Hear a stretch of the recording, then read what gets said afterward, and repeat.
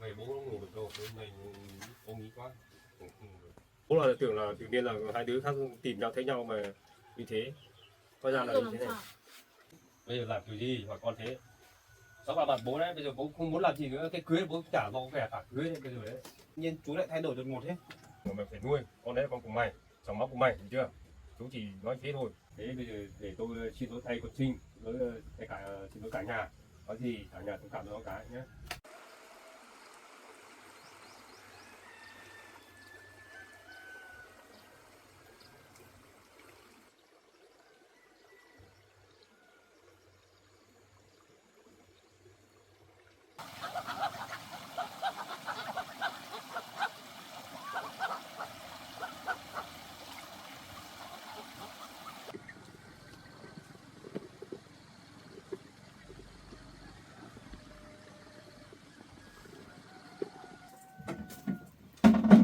Con này giao mẹ đâu? Mẹ con của bác lại đi đâu á? Nhà mình hết củi rồi, bây giờ bác mấy con trâu của bác đi lấy củi. Cháu ở nhà, con đi xeo không? Mà cháu ở nhà thì mà mặc đẹp thế. Con mặc đẹp kệ cháu thôi. Bà ở nhà nhé. Vâng. Rồi nước chia sôi cho bà. Vâng. Đi con.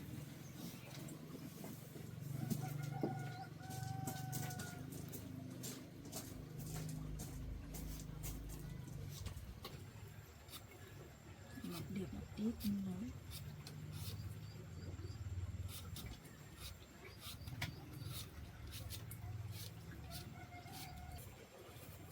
Bà ở nhà bà không đi lấy củi. Bà làm sao mà đi lấy được? Cháu đi lấy đi. Cháu đang mệt cháu không đi.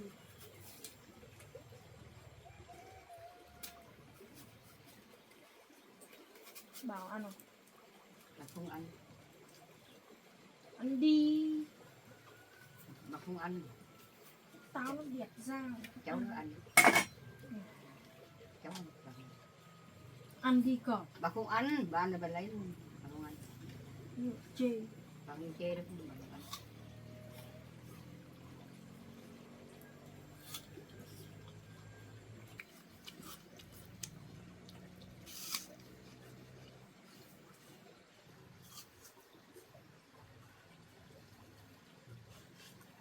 Bà nhóm lửa to nhá. Tự nhiên nó thấy thèm khoai thì nó cháu đi đảo thêm có khoai không? Khoai lang cháu mình mới trồng mà làm sao có củ. Mà hợi cháu đảo à? Mới trồng lâu lắm mà chắc có củ. Thấy tốt lắm mà. Đấy cháu đi đảo thêm có. Bà không ăn. Bà không thích ăn khoai. Khoai cháu chắc là có củ to ăn chưa? Không có củ to đâu cháu ạ. Tôi cho ăn táo không cháu đi đảo. Thèm không đi đảo ăn. Sợ rồi. Bây giờ cái người trong nhà này không dám làm gì cháu à. Nó thích làm gì làm.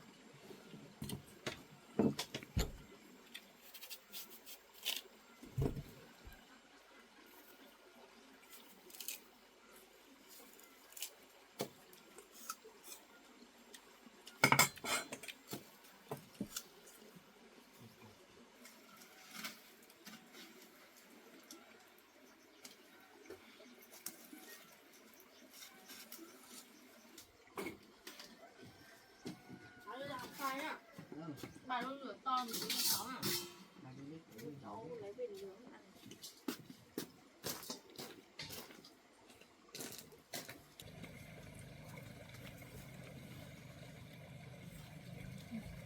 Nước to hơn.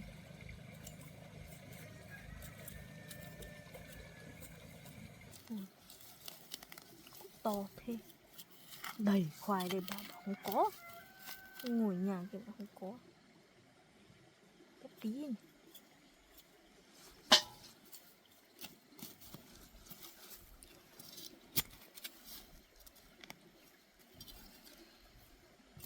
To hết.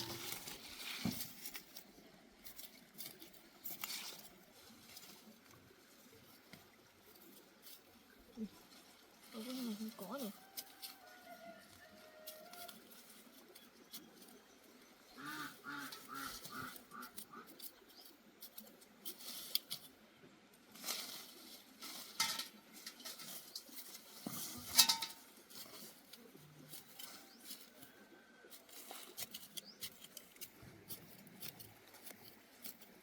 Sao thế? Trồng lâu lắm rồi mà không thấy có củ nhỉ.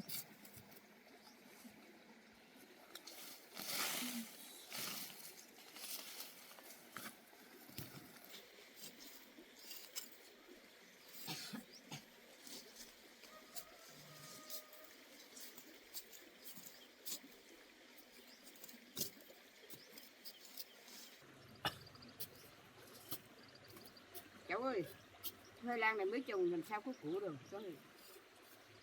Bạn thấy đây à? To này. Đầy củ này. Tao đào xong tao lại lấp vào rồi mai nó lại mọc lên. Bà không thấy à? Đây. Đây này. Đào Mấy củ khoai lang mới trồng này đào hết rồi. thèm để ăn. Trồng để ăn chứ trồng để làm gì đâu. Cháu không để cho nó to mình thì cả ăn à. Bà không thấy nó to thế này rồi. To bằng ngón tay nó mình to rồi. To. Đây này, to này còn chưa ăn được à? Nó lấy về bà đừng có ăn nhỉ. Đào bà không nói nhiều.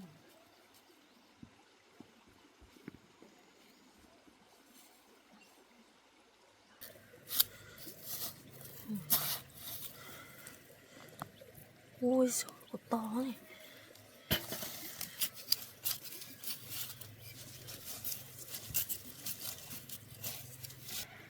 Thèm một cái nó để ăn. Cháu mà không ăn được trước sau này con anh bảo mình để ra để có còi đi à. Đây này, đầy khoai này. Bà không thấy à? Bà cứ ngồi ở nhà kia cứ nói là không có khoai. Bà đi đảo mình đầy rồi.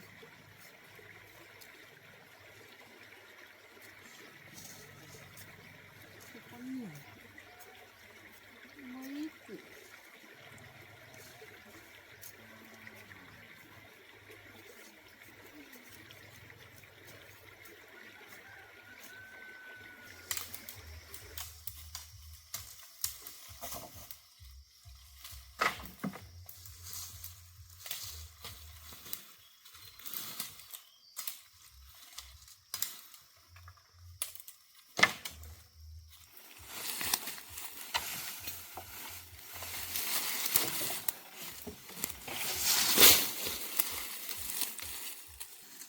Con nói ở trên này nhiều lắm con ạ. Nhưng mà mình lấy này họ có cho mình lấy không? Mình lấy phải thử ra trước cả. Nhiều lắm.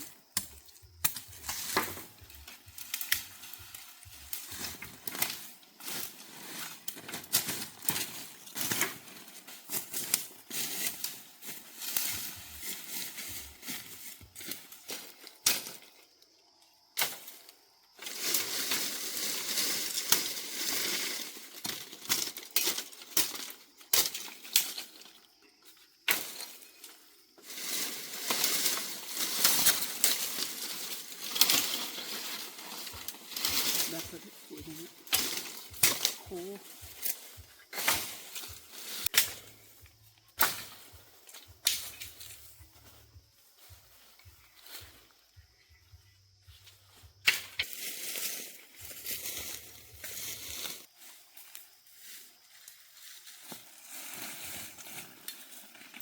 Cái đấy chắc chết rồi con ạ. Đấy, cả cái khóm hai cây bé bé bên kia nữa.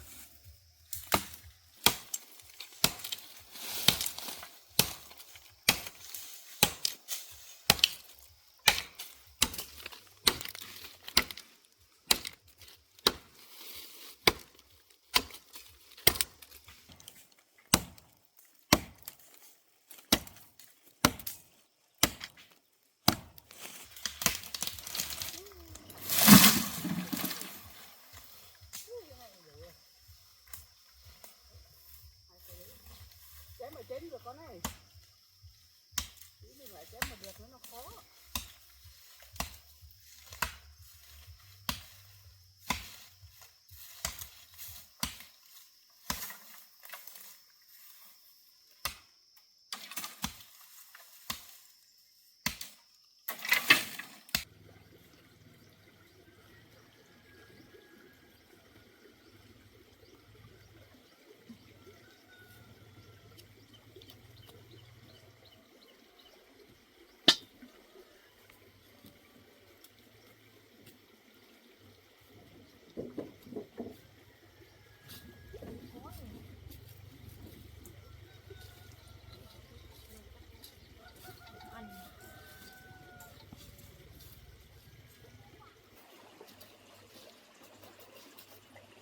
ăn có mình ăn cái quả này chắc bụng kia thì nó lớn một tí nhưng mà thèm vẫn đỏ.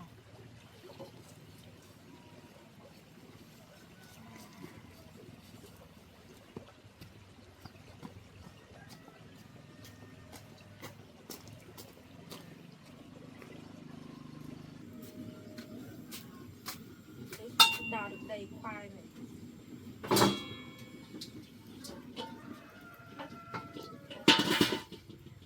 Bà cứ ngửi thấy cái mùi gì không? Chuối rồi. Đúng rồi, kiểu mùi chuối em ạ. Ở đây không thấy này.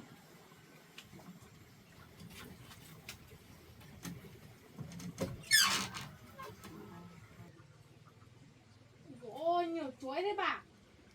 Cháu bảo mua về tại nhà chúng ăn mà. Mua từ bao giờ ấy?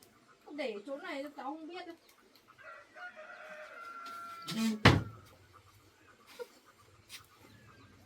Nhiều cái này mà giấu ở trong kia. Bà có ăn không? Bà không ăn không? Cháu không ăn. Chuối ngon thế mà bạn đấy đi giấu ở trong kia. Sợ mình ăn hay sao? Không thương con mình.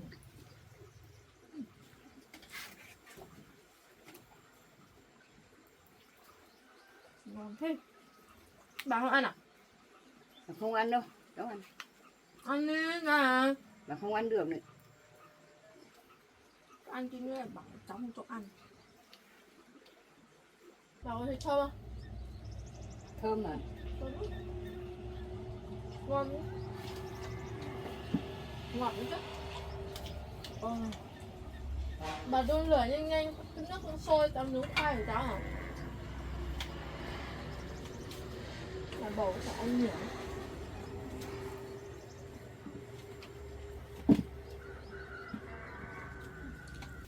Đây sướng thật đấy. Cái gì cũng có đồ ăn. Mà nhiên là từ cái lúc anh Bảo biết con của anh Bảo mua nhiều đồ ăn ngon lắm. Bà có thấy thế không? Thấy mà. Thấy lúc nào cũng thấy có đầy đồ ăn ngon. Quả chua, quả ngọt cũng có. Cháu bảo mua về cho cháu vừa dưỡng thai mà. Thế á? Ừ. Cháu cứ ăn đi. Thế chắc anh Bảo không dám nói với cháu rồi. Quả chuối tiêu ăn tốt lắm đấy. Cháu ăn được cháu ăn.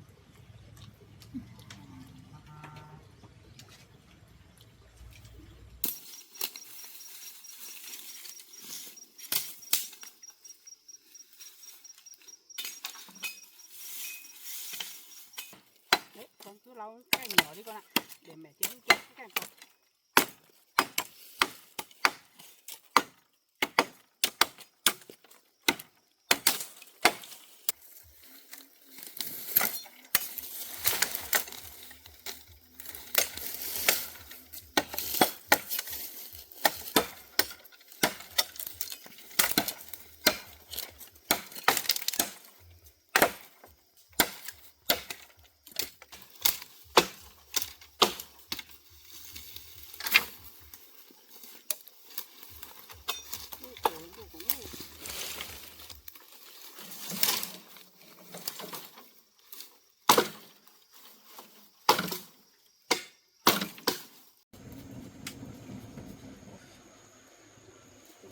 cháy.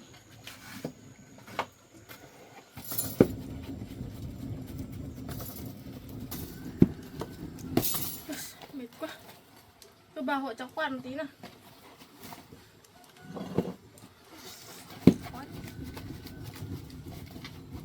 Biết chín chưa? Ui không chưa cháy.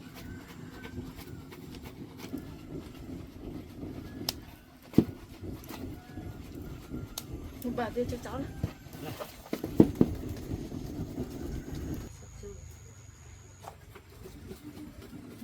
Chín rồi đấy.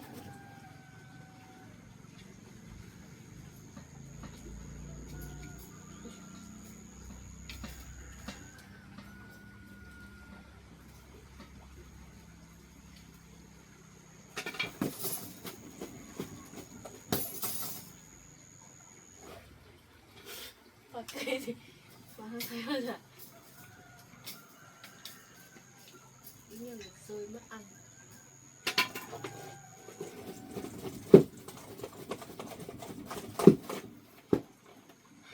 Nó mấy cái khoai mà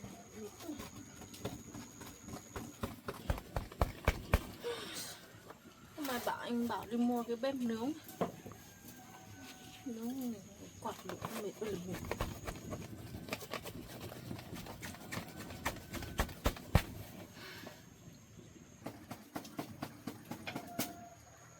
Anh quạt cho cháu. Tôi đi ăn muối đấy. Mà quạt cho nó chín nhanh nhá. Bà ơi, rơi quả khoai của cháu rồi. Sao mà làm rơi của cháu thế? Cháu đào mãi mới được một củ kia bà làm rơi. Quả cẩn thận nhá. Mấy quả làm rơi.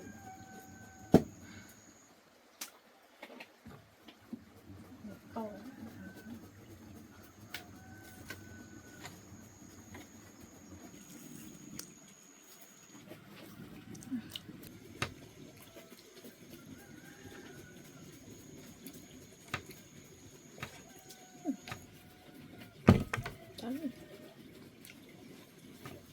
Táo.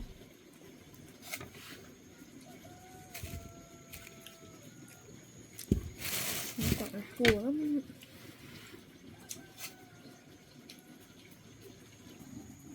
Bà để ý cho cháu cái củ ở trong bếp than đi nhá. Nãy bà làm rơi ấy thì nó cháy hết bây giờ ấy. Cháu thấy ở trong kia nó chưa cháy mà.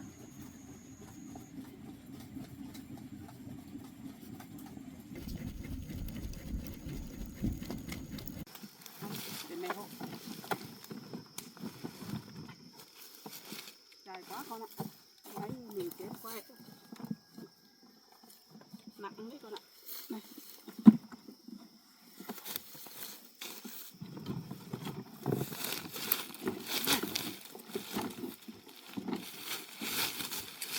Cái gì đâu nhỉ? À đây rồi.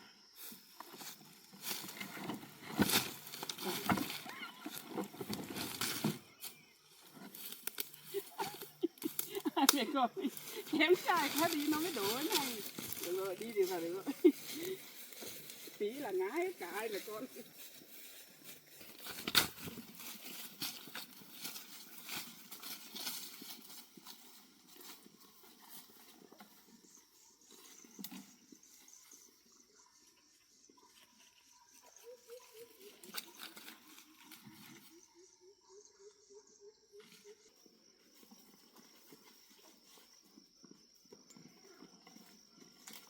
Con ơi, con nặng không? Nếu nặng thì bỏ xuống mình bớt ra một phần đi. Nặng ở đấy của mẹ cũng nặng lắm con ạ. Củi này củi tươi ấy.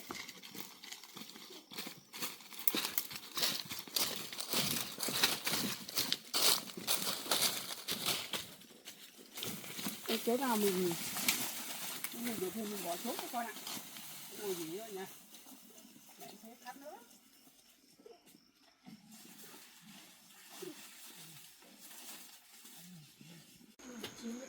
Ôi dồi ơi, cái củ của cháu trong kia cháy hết rồi bà. Cái gì lấy ra đi. Cháy than rồi.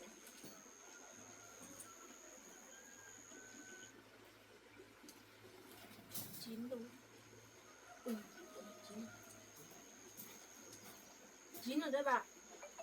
Chích từ từ thôi, còn nhiều nên hơi khói thôi. Bạn ăn mà lấy ăn đi. Bà không ăn, bà nóng của mà không ăn. Cháu ăn. Ăn nào. Ngon quá.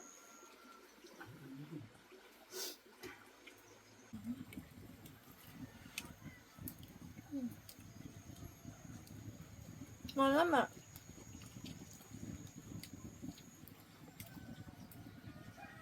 Còn thế bảo mẹ ăn. Tiếc thế cái củ kia to nhá. Rơi xuống bếp đi rồi.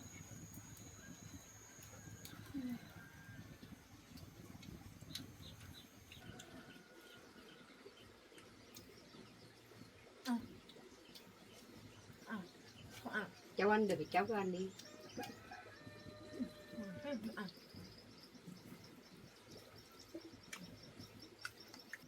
Cháu ơi, cho ăn một lúc mà ăn nhiều loại trái cây thế này, chốc nữa cháu đau bụng đấy. Sợ gì? Thèm cháu ăn. Làm sao à? Thèm cháu ăn.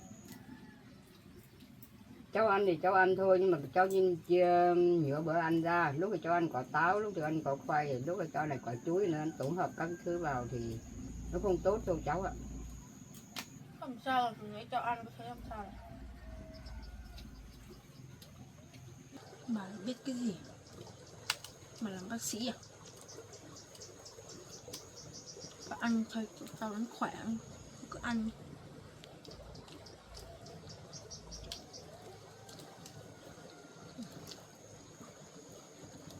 Ngon lắm. Ngon mà không biết ăn.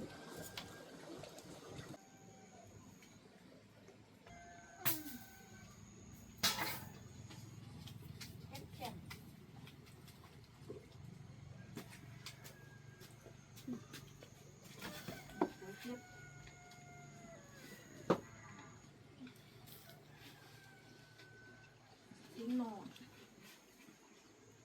Sao hết ngày này? Cháu ăn mấy củ khoai rồi, 2-3 quả chuối rồi, 2-3 quả táo đấy chứ. Ăn đầy quả ngon. Ăn mãi là thấy đủ. Bà có lúc bầu bà có ăn được như thế không? Bà không ăn như thế giống cháu đâu. Bà lúc nào bà đúng bữa bà mới ăn đi.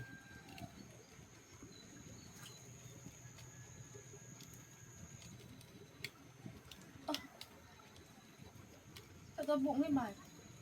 Bà bảo cháu rồi, bà ăn, cháu ăn nhiều thứ quá đi. Lúc thì cháu ăn táo, lúc cháu ăn quả khô, củ khoai, lúc cháu ăn quả chuối nhiều vào nữa. Chuối này chuối chưa chín, còn đang cứng, vỏ xanh chưa chín hết nữa, chưa mềm. Cháu ăn nhiều vào chúng ta bụng Tự thế. nhiên tao đau bụng á. Tự nhiên đau ấy. Nó căng bụng lên rồi bà. Đấy, bà nói cháu không nghe. Thế cháu không ăn quả chuối. Cháu do quả chuối này. Khó chịu á. Thế bà ngồi đây cháu đi lên giường nghỉ đi đó.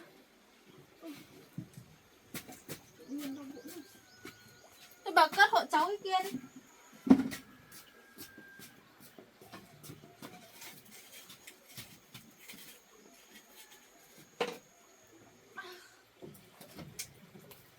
Lấy cái quả chuối khốn nạn. Bà lấy vớt cho cháu đi.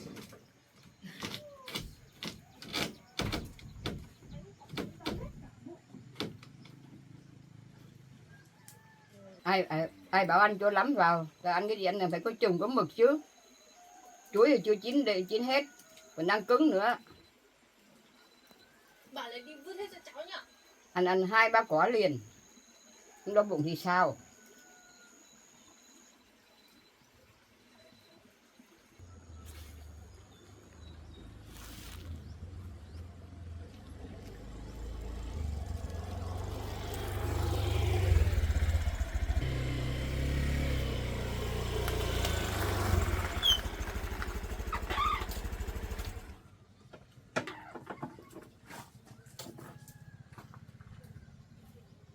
Dạ bà. Cháu đi làm về rồi. Vâng. Ôi giời, ai ăn uống kiểu sao lại thế này? cái sinh đây. Sinh ăn á? Ăn cái gì mà ăn vứt lung tung này? Nó ăn chuối, thấy chuối nó ăn rồi xong là bây giờ nó kêu cong bụng, đau bụng. Vừa ăn chuối là xong rồi đau bụng á? Vâng. Trời ơi. Chuối thì chưa chín nhiều. 1, 2, 3, 4, 5 cái vỏ chuối liền. Còn có một quả ăn dở. Ăn cả táo nữa, cái quả chua. Sao ăn cùng một lúc hay sao đau bụng này?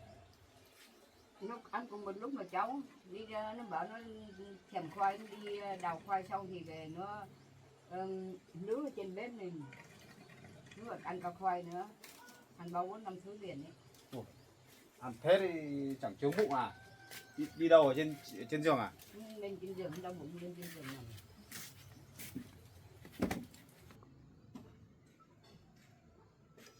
Sinh ơi. Sinh ơi. Sinh ơi. Gọi cái gì đang đau bụng này? Đau bụng à? Ai gọi em? Trời ơi. Ăn uống kiểu gì để đau bụng này?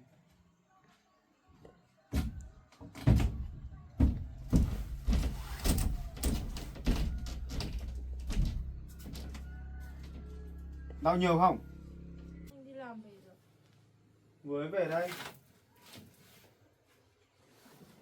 Ăn kiểu gì mà ở ngoài bàn ngồi dưới bếp kia đầy vỏ chuối này.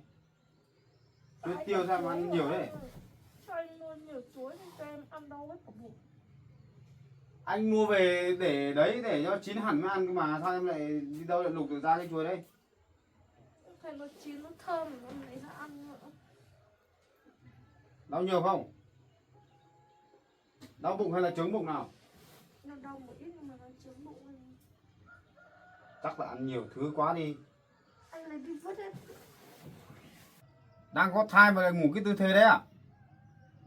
Ngủ nào ra được, đau bụng cũng chịu. Ngủ đúng tư thế đi. Trướng bụng rồi còn ngủ cái kiểu đấy nữa. Tí ảnh hưởng đến con đó. Ngủ đẹp đi.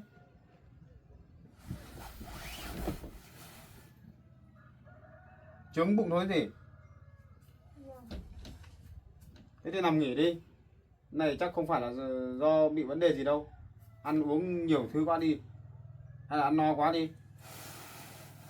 Mới phải chuối cho nó đau bụng. Chịu luôn đi, ăn uống mình chả bao giờ. Biết ngay mà. Lúc anh bảo biết thai một con, anh bảo anh quan tâm mình. Chắc chắn là anh bảo đi sang ở với mình bên nhà bố.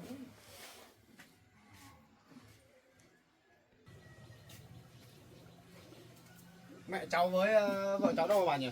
Để cháu với cháu mình hai người con đi lấy củi rồi. Đi lấy củi á? Vâng. Đi lâu chưa?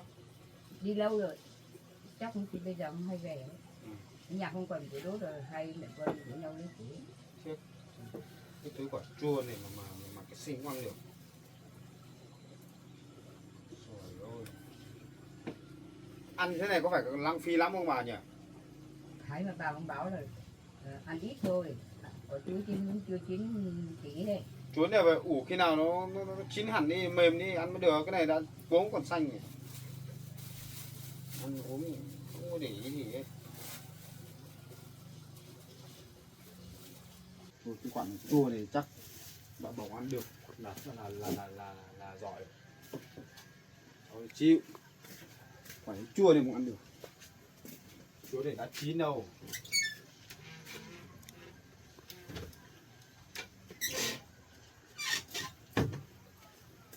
Cái quả chuối này ăn phí quá đi. Chào cháu nhá. Chào bà nhá. Thôi chú. Về sớm đấy cháu. Cháu mới về. Chú lại lên là cháu có việc gì không? Có việc.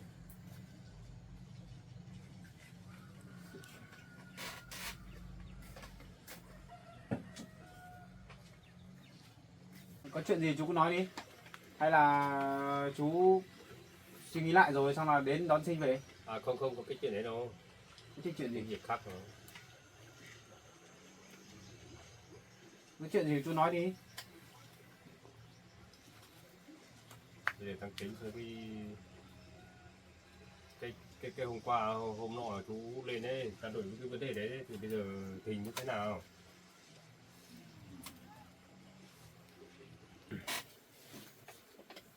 Lại bàn nói về cái chuyện cưới xin đấy á? Về cũng một phần như thế đấy, xong có một phần là như chú đấy, chú cũng nói trước với cháu này chú là cũng chả biết, tưởng là hai đứa nó cũng đi yêu nhau thế này mới có con thế, nhưng mà lại cái sinh là như thế, là bảo là lấy thuốc cho cháu ăn rồi cháu mới làm như thế cho mới có con. Thế là chú hôm nay chú cũng ngủ được say rồi, chú phải lên xem chứ. À, thế chú nói thế là sao nhỉ? Cháu không hiểu nhỉ? Ý là thế nào? Ý chú bảo là đấy, tưởng hai đứa nó đi, hai đứa khác yêu nhau mà đi làm thế mới có con. Thế bây giờ làm hóa ra lại cái sinh lại bảo thôi lại lấy cái thuốc để kích thích để cho cháu mà không biết gì cháu mới làm thế mới có con đấy. Chú ý ra hỏi rõ ràng cái vấn đề này. Mấy cái chuyện đấy sao cần gì phải giải thích nữa, rõ ràng là có lỗi con gái của chú mà. Chú lại hỏi thế. Cái đấy là chú biết rồi, bây giờ là chú ý của chú là biết là tại cái con gái của chú làm thế, nhưng mà ý chú muốn lên để nói chuyện rõ ràng đi, để thế nào, để thứ nhất là để chú xin lỗi cái vấn đề đấy. À, thế ý là chú hôm nay chú sang nhà cháu là chú muốn xin lỗi gia đình cháu gì? Cũng chỉ sơ ý đồ của chú nó thế thôi. Đấy, bây giờ là cái vấn đề đấy thì bây giờ Cái này ấy, nếu mà nói thẳng ra là lỗi bên con gái của chú. biết rồi, đây là chú Đấy. chịu hết rồi. Còn việc con gái chú cứu cháu đợt đấy là cháu cũng nói rồi. Nhưng mà biết sao lại sinh nó lại làm mấy cái trò như thế, cháu không có biết đâu. Bây giờ chuyện nó xảy ra như thế rồi. Đấy bây giờ chú đến đây này, thế mỗi cháu cũng làm về nhưng mà thôi con gái chú đi đâu rồi? Sinh ở trên nhà kia, Thế ăn chú uống không đàng hoàng vào đây bảo như chướng bụng đây. ăn gì mà lại phải chữa bụng, chắc là ăn cái chỗ tiêu này nó cũng không hợp vệ lắm. Những người nó bị đau bụng cái kiểu da dày này linh tinh đấy nó không ăn được đâu, ăn vào nó bị đau bụng đấy. Chỗ tiêu nó không ăn được đâu, da dày là không ăn được. Thế thì cháu gọi nó xuống đi nào. Sinh ơi, em dậy thế nào bố em sang đây rồi đây.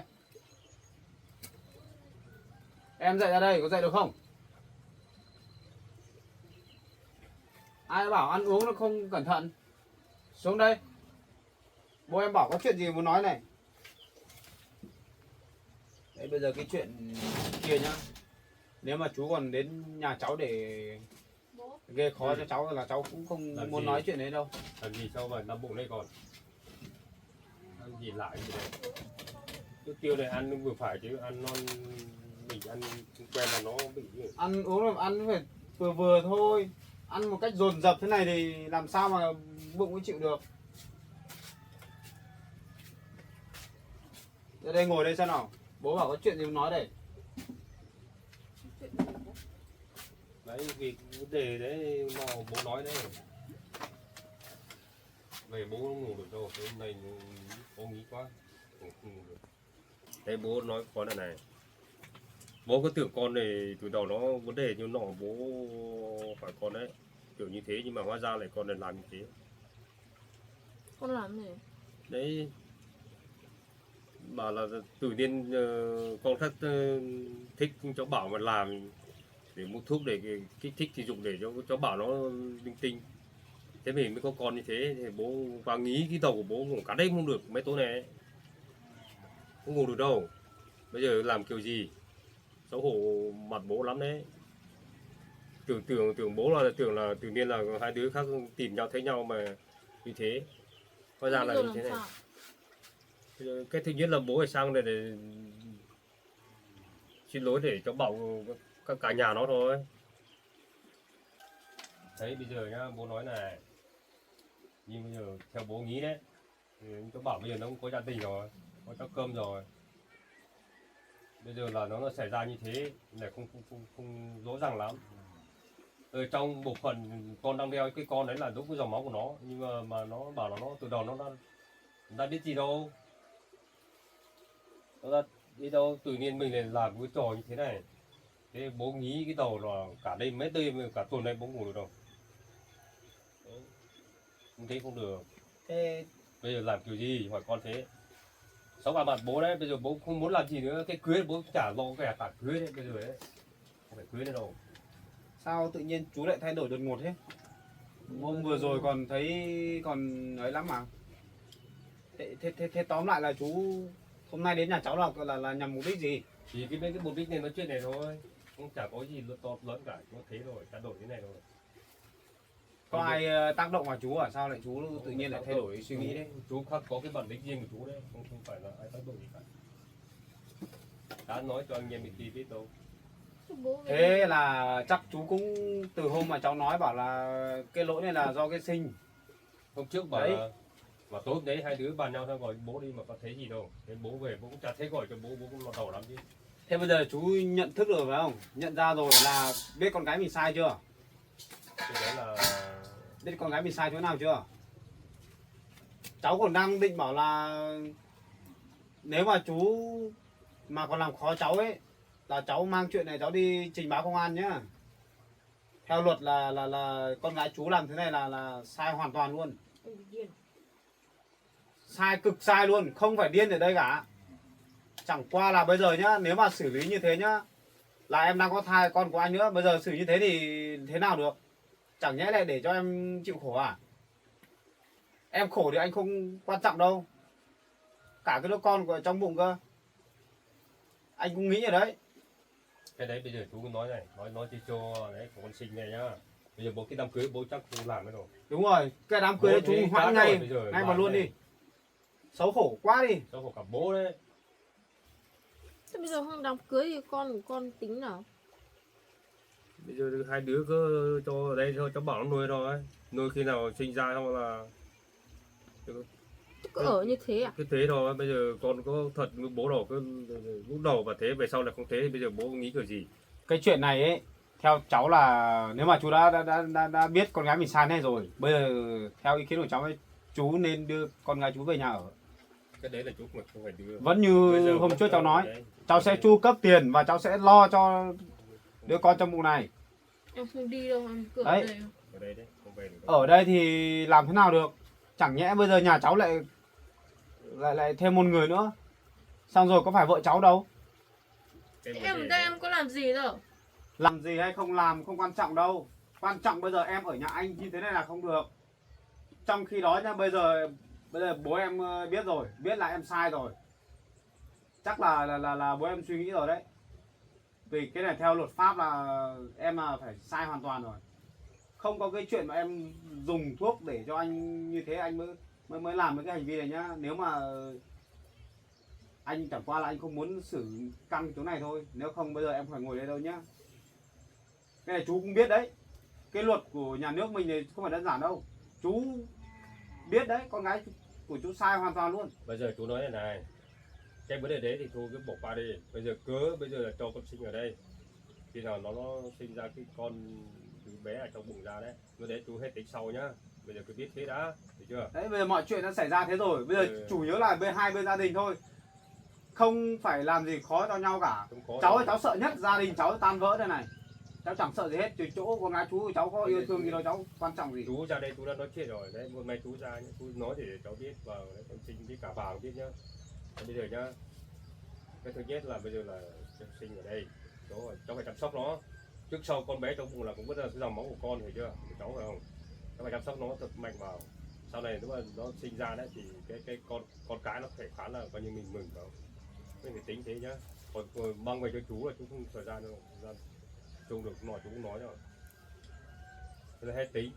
Xong nó sinh ra chú hết tính nhá, bây giờ chú không tính được đâu. Lấy tính cái việc kia chú hết tính, bây giờ là cứ tạm thời là mình trao đổi cái chuyện này đã.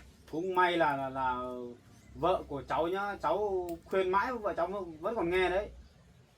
Nếu mà vợ cháu mà cháu không khuyên được á, khéo giờ này vợ cháu bỏ đi lâu rồi, bỏ đi giờ này làm thế nào?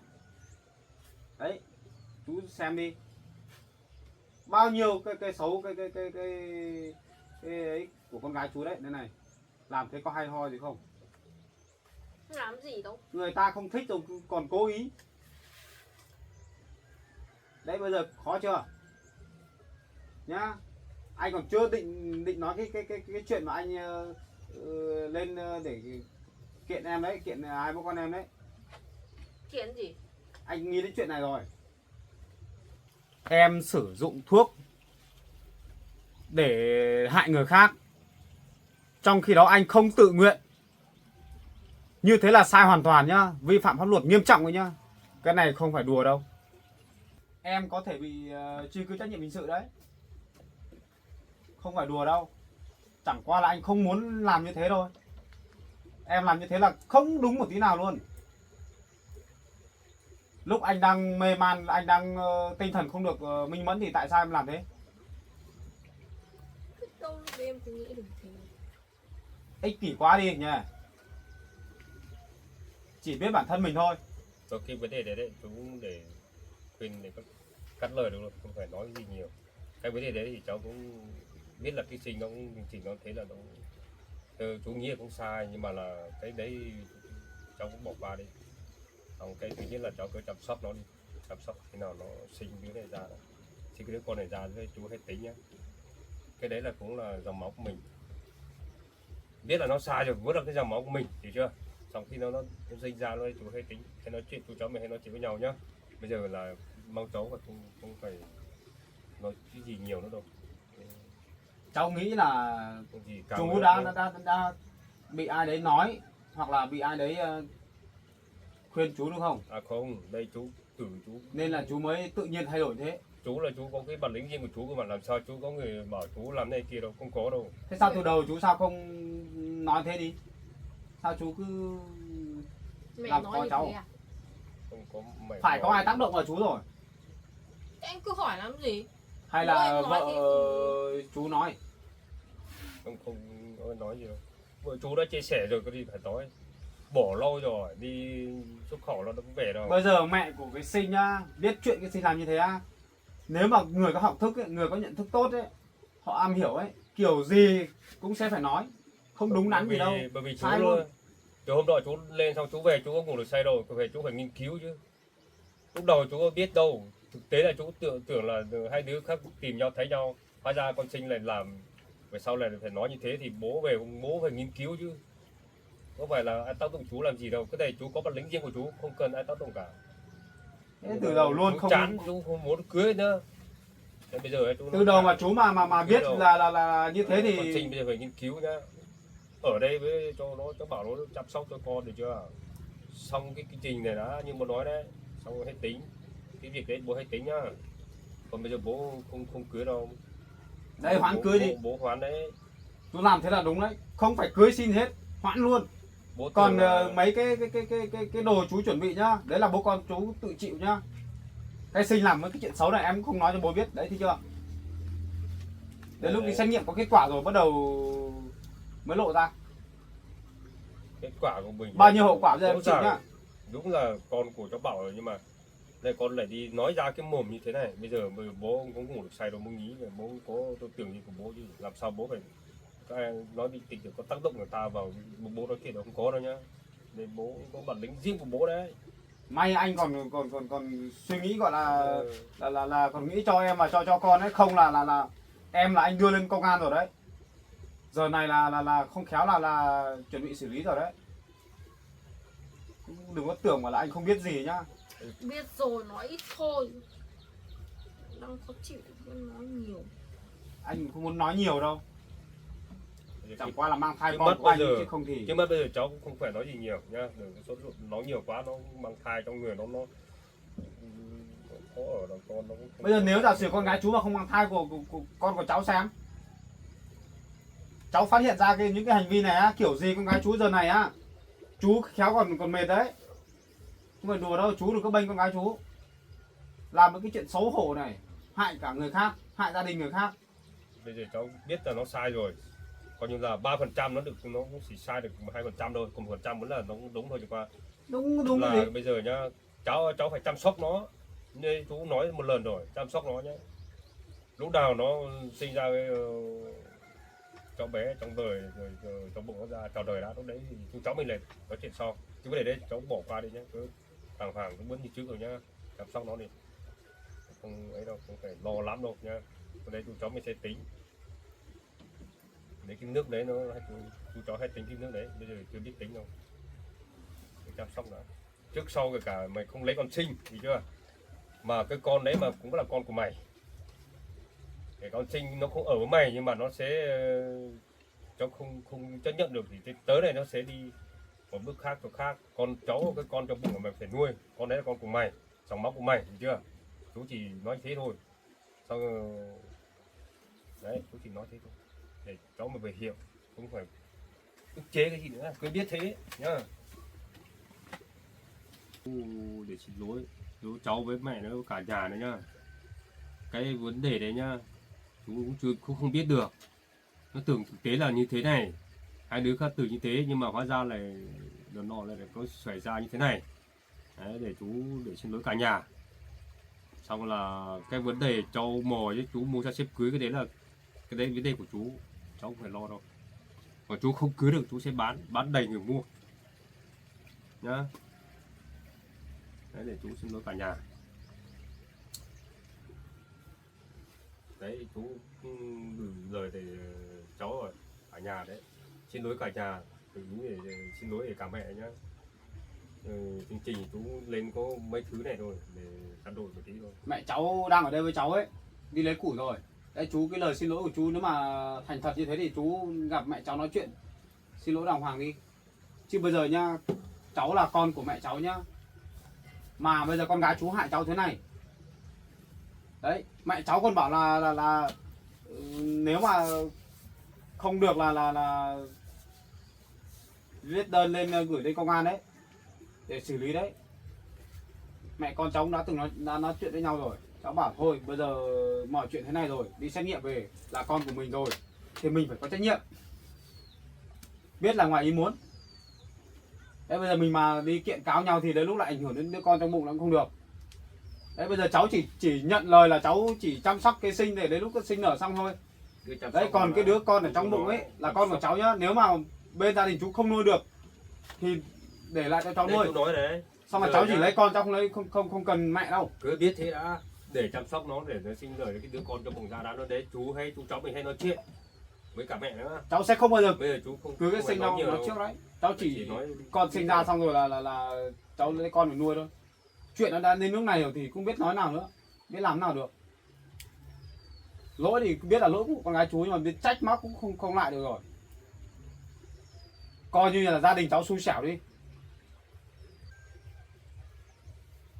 Rắc rối thật đấy. Nếu như mà con gái chú mà không làm thế thì đâu đến nỗi thế này. Giờ chú đến xin lỗi gia đình cháu thì cũng giờ này cũng không kịp rồi. Giờ con gái chú có thai rồi. chào chị nhá, đi là về Chào mẹ. Mẹ lấy củi về. Đi lấy củi về. Cái Em ở đây. đó không lấy về được. chào Anh thế lại củi về đây để làm đâu gì? và anh Củi nóng quá mẹ để kia đâu con ạ. con vẫn Chưa việc lấy về đâu. này cũng trao đổi với cháu hết rồi, cũng trao đổi bằng Con ngồi đi. Đây mẹ ngồi đây ngồi. Ngồi đi. nói hết với cháu rồi. Con ngồi đi. Mẹ ngồi, mẹ mệt mẹ ngồi đây. Mẹ ngồi đây. Thì cháu ai bảo chị ở nhà thôi thì cố gắng chờ được không đi về đấy, và tôi gắng chờ chị trao đổi ít. Mẹ ơi, Tôi với con dâu đi lấy củi, nhà không có củi đốt. là Đấy. chuyện là như thế này. Bố của cái Sinh ấy chẳng biết thế nào tự nhiên lại hôm nay đến nhà mình nói chuyện lại không như mấy lần trước mẹ con mình đi đến nhà rồi, lại thay đổi rồi. Thế nào? Xong lại bảo là hôm nay là đến để xin lỗi gia đình mình. Đấy, con cũng không hiểu là như thế nào. Tự nhiên lại đến xin lỗi gia đình mình chứ. Thế có chuyện gì? Tôi cũng đến này nói với chị ở nhà thôi, ở đây tôi cũng nói luôn cái trình đấy thì bây giờ đấy hai đứa đã tưởng hai đứa khác tử đi vai chạm với nhau các có con như thế, bây giờ lại con Sinh lại nói này kia, thế bây giờ để tôi xin lỗi thay con Sinh, xin lỗi cả nhà, có gì cả nhà thông cảm với nó cái nhé. Thế thì bây giờ bác đến nhà tôi thì để xin lỗi thay cho cháu Sinh. Vâng, cái vấn đề đấy cái hôm nọ tôi ra thế nó nói bảo thế này kia đấy, tôi tôi ra tôi nghĩ mấy tối tôi không ngủ được, tôi phải lên. Theo con nghĩ là chắc chú bị ai ấy nói rồi, Ừ. hoặc là vợ của chú ấy nói bảo là con gái của mình làm như thế này thế kia là không đúng. Lỡ mà bên nhà mình mà có kiện cáo thì kiểu gì cũng sẽ làm hại, kiểu gì cũng sẽ có tội. Cho nên là tự nhiên hôm nay chú lại đến đây nói chuyện nó khác lắm.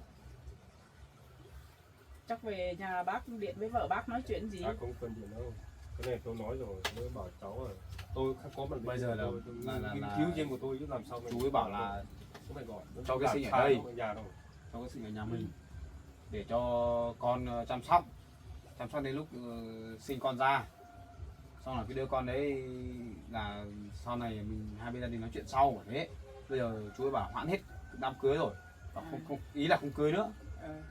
Đấy. Thế thì bây giờ con tính thế nào? Thì bây giờ mẹ con mình cũng nói chuyện rồi, bây giờ nếu mà mang cái sinh lên pháp luật để xử lý thì nó lại không được. Đúng rồi, cháu sinh là quá sai đấy. Sai là sai rồi, nhưng bây giờ con là con của con ở đấy, bây giờ làm thế là không đúng. Nếu mà lên pháp luật người ta xử lý là cũng khó lắm. Thế bây giờ nếu mà theo con ấy, bây giờ bên gia đình chú nó cũng nhận thức được rồi, biết là con gái mình sai như thế. Bây giờ theo con nghĩ là thôi cứ cho cái sinh nó ở đây, được không?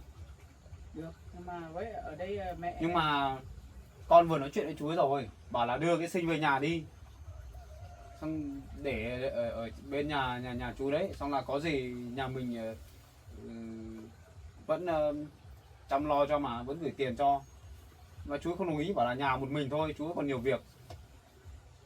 Không biết thế nào này, hay là em đi về nhà với bố đi. Hay thì bác cố chấp nhận đi, con gái của mình về nhà bác rộng. Nhà Về đây bố của tôi về. quá hẹp quá. không được đâu, cái đấy là tôi nhiều việc lắm. Thế bây giờ chú đã biết lỗi như thế rồi thì sao chú đến xin lỗi nhà gia đình cháu, xong rồi chú đưa cái sinh về nhà đi để hợp lý hơn. Biết thì nhá, nếu tôi bảo cháu cái thứ nhất là bây giờ cứ cho con sinh ở đây đã, rồi cháu bảo nó đi chăm sóc, khi nào nó sinh ra đứa cháu trong bụng này ra, nên tôi hay tính tụi cháu mình hay làm việc, cả chị nữa. Đấy, chỉ có thế thôi, không có gì mà hơn nữa đâu. Đấy. Biết thế rồi, nhưng mà bây giờ bác cứ cho cháu sinh về ở với đã. Không Vì đâu về được. tôi không từ chối. Đi ở kia thì bên tôi đây vẫn đi chăm sóc cháu sinh. Ở đây thì thông cảm cho gia đình tôi thì quá hẹp. Nói với bác thế, không phải là đi ở với bác thì bên này bỏ rơi cháu sinh là không có. Vì cái đứa cháu trong bụng thì giọt máu của bên tôi mà. Dòng máu của nhà mình đấy. Vâng, tôi biết. Kể cả nó bảo như thế thôi nhưng mà nó vẫn là trách nhiệm của mình đấy, lớn lắm đấy.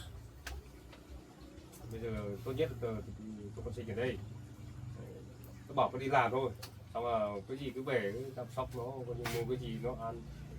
Còn Đấy, nói như thế nào chú chị không cứ tôi nói một lần đấy. Mình cho nó ăn khỏe thì con cái trong bụng nó lớn lên là nó khỏe là mình mừng phải không? Ra mình không cho ăn, con trong bụng nó yếu đi để ra nó không ra gì thì mình cũng lại mất, lại khó nghĩ lắm. Tôi nghĩ thế thôi. Dù đi ở với bác thì con trai tôi vẫn đưa hoa quả các thứ quà cắp đi sang cho cháu sinh ăn mà. Tiền vẫn cho đầy đủ. Tiền vẫn cho đầy đủ. Chỉ là chú cho cái sinh ở nhà chú thôi, ăn uống thiếu gì từng bữa một, thiếu gì thì bảo cháu cứ gửi cho. Đấy. Chỉ thế thôi, chú cứ bảo đòi cái sinh ở đây. Bây giờ tôi nghĩ hết rồi, bây giờ như thế thì có lúc tôi cũng nhiều việc lắm, tôi đi này kia, xong lại bảo tôi lại thế này thế kia, ốm này kia thì tôi lại quay về, thời gian nó cũng xa lắm, không nên được đi. Có nhiều việc. Mẹ ơi, chắc chú ấy biết tính con gái của mình như thế nào đấy, tính cách như thế nào đấy, cho nên là chắc ở nhà sợ bố nói không nghe là không dám cho con gái về nhà đâu. Bây giờ nó đang có như thế, có thai thế, bây giờ nó rất là khó khăn chứ. Nó ăn lả một tí, con đau bụng như thế, tôi đến đây thấy các con cháu báo cáo thấy lo chứ. Chẳng nhẽ lại gọi bố ơi, bố con là đau bụng, lúc đấy tôi đi làm xa rồi, bây giờ về nào, đi tận dưới kia mấy chục cây số rồi mới lại về, nó khó khăn lắm chứ. Tôi nghĩ là tôi cho ở đây để cho cháu nó chăm sóc với cả nhà chị đấy, chăm sóc nó cái. Bây giờ mọi chuyện nó thế đấy. Ra cái con cháu trong bụng ra đấy, tôi hay làm việc sau, các cháu sau nhá. Chú, bây giờ mọi chuyện nó như thế rồi. Biết sai rồi. là bên gia đình chú sai, bên con gái chú sai rồi. Bây giờ hậu quả như thế rồi thì chú phải tạo điều kiện cho gia đình cháu để cho cái sinh ra đấy ở, xong rồi là cùng nhau để chăm sóc, chứ bây giờ đằng này chú làm như thế thì thành ra là cháu cũng có tội à? Không có được. Nếu không cái sinh mà ở đây nhá, chú cũng phải hàng tháng chú cũng phải giúp cháu một ít để chăm lo cho cái sinh nhá. Cái đấy là không được. Bây giờ nhá, chú nói rồi. Em ở đây bố trả cho tiền em suốt rồi. Chú nói rồi nhá, cái đấy nhá, bây giờ cái thứ nhất là bây giờ nói rất đơn sơ thôi. Bây giờ cái dòng máu ở trong nó tăng băng trong bụng đây này là cái dòng máu của mình, kể cả nó sinh nở ra, lúc đấy bảo thôi, tôi bảo tôi không lấy con sinh này đâu, tôi lấy cái đứa con này, lúc đấy tôi hay tính nói chuyện sau được chưa, chứ còn bây giờ thì tôi chỉ có nói thế thôi, để nói trao đổi với gia đình ấy, còn để tôi xin lỗi, xin con gái này, xin lỗi. Không cảm đâu tí. Thế bây giờ cháu sinh đau bụng hay thế nào? Đấy, Nó đang đau bụng, chịu lắm. làm cái gì được đau bụng? Ở nhà suốt có làm cái gì đâu mà được đau bụng. Chẳng biết thế nào, ăn chuối tiêu kìa, con mua về để trong tủ kìa, đã chín đâu. Ăn chuối rồi, ăn táo rồi là ăn quả chua rồi là khoai lang hay gì đấy. Thế ăn tập cỏ mà nó sao chẳng đau bụng. Mệt thì lên trên giường kia mà ngồi nghỉ đi. Đi trên giường kia. Ngồi đây nói chuyện thì dù sao cũng là người sai rồi, nói cũng thế thôi. Thế nào Đi lên trên giường nghỉ đi. thì cứ gọi cháu nó khác tầm sóc cho con. Con đi nghỉ. Đi lên giường đi. Không ngồi được đâu. Đấy, bây giờ chú thế này nhá, tôi nói chuyện thế này với chị này nhá, tôi chỉ dùng lời thế nhá, có khi là tôi cũng về thôi. Giờ này cũng tối rồi đấy, tôi về đến nhà tối rồi. Vâng, nhưng mà bác không chấp nhận cho cháu sinh về nhà với bác. Không chấp nhận đâu, bởi vì cứ tôi gửi đây. vẫn cứ thế thôi, vẫn cứ như một lần thôi nhá. Đó. Tôi cũng nói trước bao nhiêu lần rồi nhá, tôi về nhá. Có nhiều việc rồi, giờ này về nhà tối, mày không làm rể của tôi cũng bắt tay nhá. Nào. Tôi nói thế nào. Chú bắt tay với cho cơm nhá. Hai đứa để có đừng có để chửi nhau nhá. Chăm sóc, kể cả nó không ấy cũng mà phải đàng hoàng như một lần nói nhá.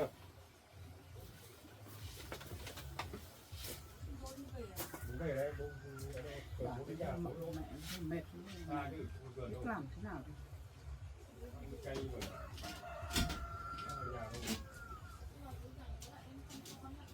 Có gì còn gì nhá. Cái nạn đừng buồn đấy.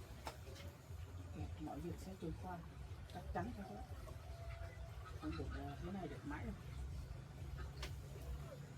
Thôi con ạ, bây giờ ông đấy đã cũng hoãn đám cưới rồi, bây giờ thì cứ bảo cho cháu sinh ở đây thì mình cũng phải chấp nhận thôi con ạ, chấp nhận thôi.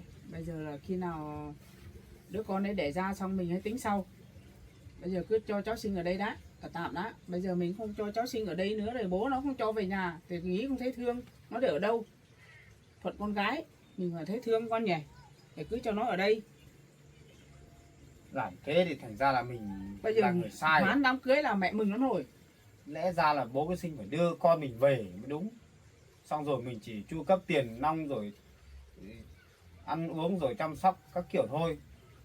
Đấy, biết là Con mình sai phải đón con mình về thì cho con mình ở đây. ông làm cái này là ông sai với mình rồi, nhưng mà thôi con ạ, cũng phải chấp nhận thôi, cho cháu sinh ở đây.